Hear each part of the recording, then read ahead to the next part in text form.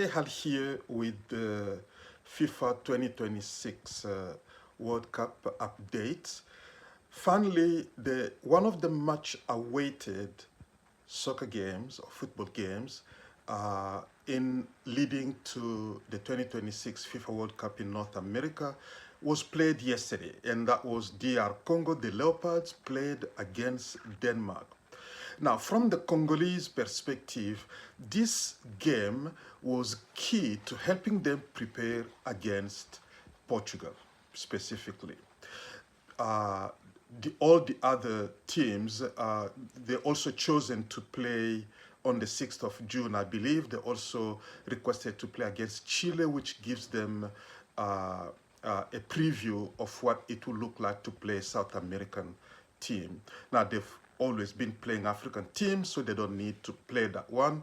I'm not sure what they're doing to prepare against Uzbekistan, but the game against Denmark was very critical, and some takeaways from that game.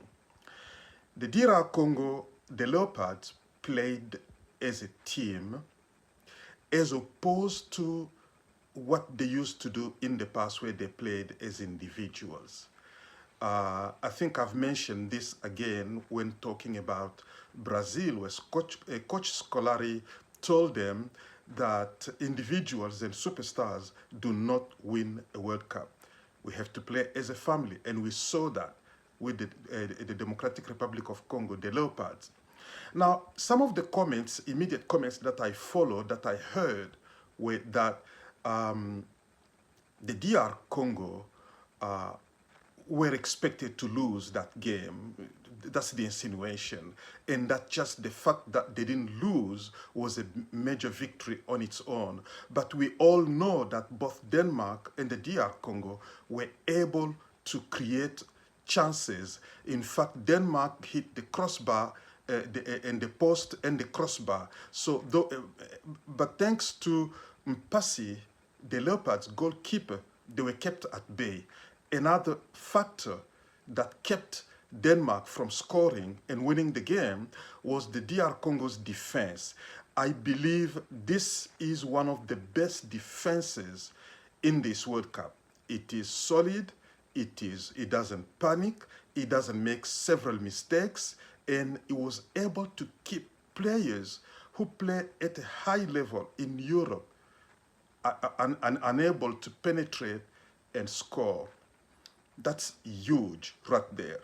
Now, on the attack, that's where we're still having some issues with finishing. I think Cedric Bakambu had a clear path to score a goal. He was face to face with the goalkeeper. What he needed was a little bit more patience and creativity. You can see how Vinicius, how Mbappe, how Neymar, Messi, you can see how they score goals in that position. So what was lacking was patience. He was in a hurry to kick. He was out of balance, and he seemed to be scared, impatient. That was a clear opportunity for the Leopards. So overall, for the first 30 minutes of the game, Denmark controlled about 67% of the ball. But after that, the Congolese managed to reorganize themselves, to restructure themselves, and they did not just sit back. They took it to the Danish, and they created opportunities. They gave Denmark a hard time. Now, one of the reasons why they chose Denmark, again, is in preparation for their game against Portugal. It's because Denmark had played recently against Portugal, and guess what? I think it was Denmark that had a 1-0 victory over Portugal. So this gave them a chance to play a European team. Because the last time they played a European team was, I think, in 2016, 2016 or 18. And they were not qualified for the World Cup, but Romania sought them out to help them prepare for that World Cup. So that was the last time the Leopards played a European team. Okay, so this was the first time. So the first 30 minutes, I think they were just trying to just get a feel of the game and measure the opponent. As we speak right now, I believe that there are still a lot of things that the Leopards coach, De Sabre, has to work on. There are some key players who are not able to play, and so I am very optimistic that if DR Congo can hold its own and find ways to score goals, they can go far into this competition. They can become one of the much talked about uh, rising teams out of Africa. What I see De Sabre doing is many of the goals that the Leopards have scored in the recent past have come in the final minutes of the game.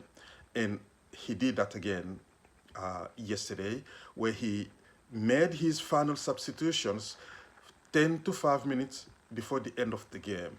And we saw the impact immediately. It was again a lack of probably personality that made them not to score that goal, a goal. But they created opportunities in the last 2 minutes of the game. There were, I think, 1 or 2 opportunities to score, which they didn't score. So overall, the performance of DRC, the Leopards, was good. They have given a very good impression on the global stage. They must be considered one of the good teams in the world. Now, the Leopards are 46 in FIFA ranking, and Denmark is 20th in FIFA ranking. But when looking at that gap, 20 points, you couldn't tell watching this game.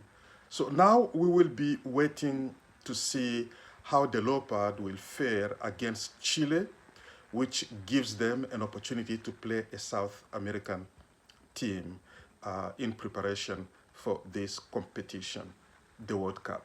So again, I hear a lot of critics, which is good.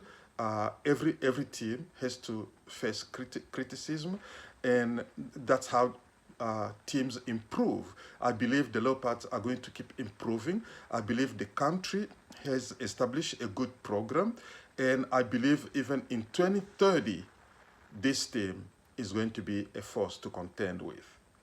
All right, let's go.